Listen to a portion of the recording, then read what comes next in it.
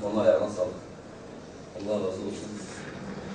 Bir tane kaldı, onu da size lazım.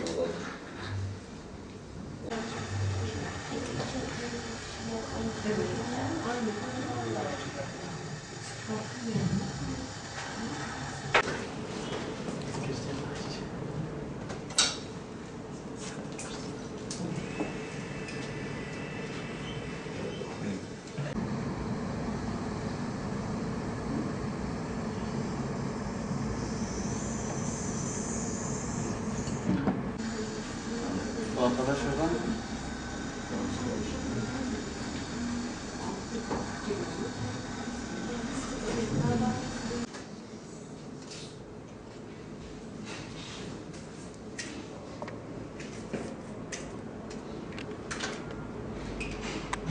Şöyle başlayalım. İlk iğneye batırdıklarında normal başladığını söylüyor da.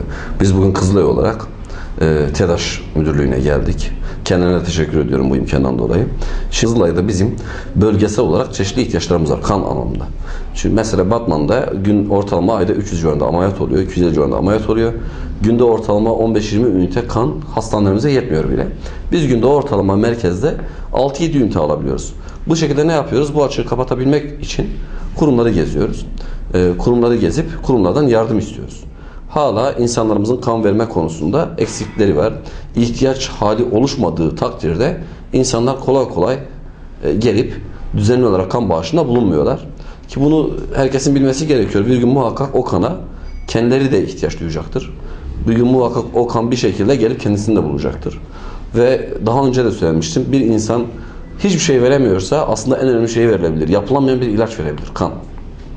Direkt can verebilir. Onun için herkesten bizim arzumuz bu konuda lütfen birazcık daha duyarlılık göstermeleri ve bize yardımcı olmaları, aslında hepimize yardımcı olmaları. Hastanelerde hekimlerimiz olsun, doktorlarımız olsun, yani acil durumlarda, ameliyat gibi durumlarında kan istiyorlar. Bazı kan grupları zor bulunuyor. Ben kendi kan grubumu bilmiyorum şahsen. Belki zor bulunan kan grubu benim grubum olabilir.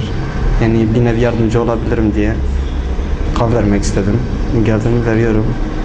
Mutluyum. İnşallah halkımıza yarar verdiğim bu kan. Kızılay için kan vermek için buradayım. Kan vermenin hem bizim için hem hastalar için çok ciddi bir önemi var. Kan vermek insanları dinçleştirir, insanın daha sağlıklı olmasına yol açar. Ayrıca hastalar için de kan ihtiyacını gidermiş oluyoruz. Sağlıklı olan, hiçbir hastalığı bulunmayan insanların mutlaka kan vermesi gerektiğini söylüyor.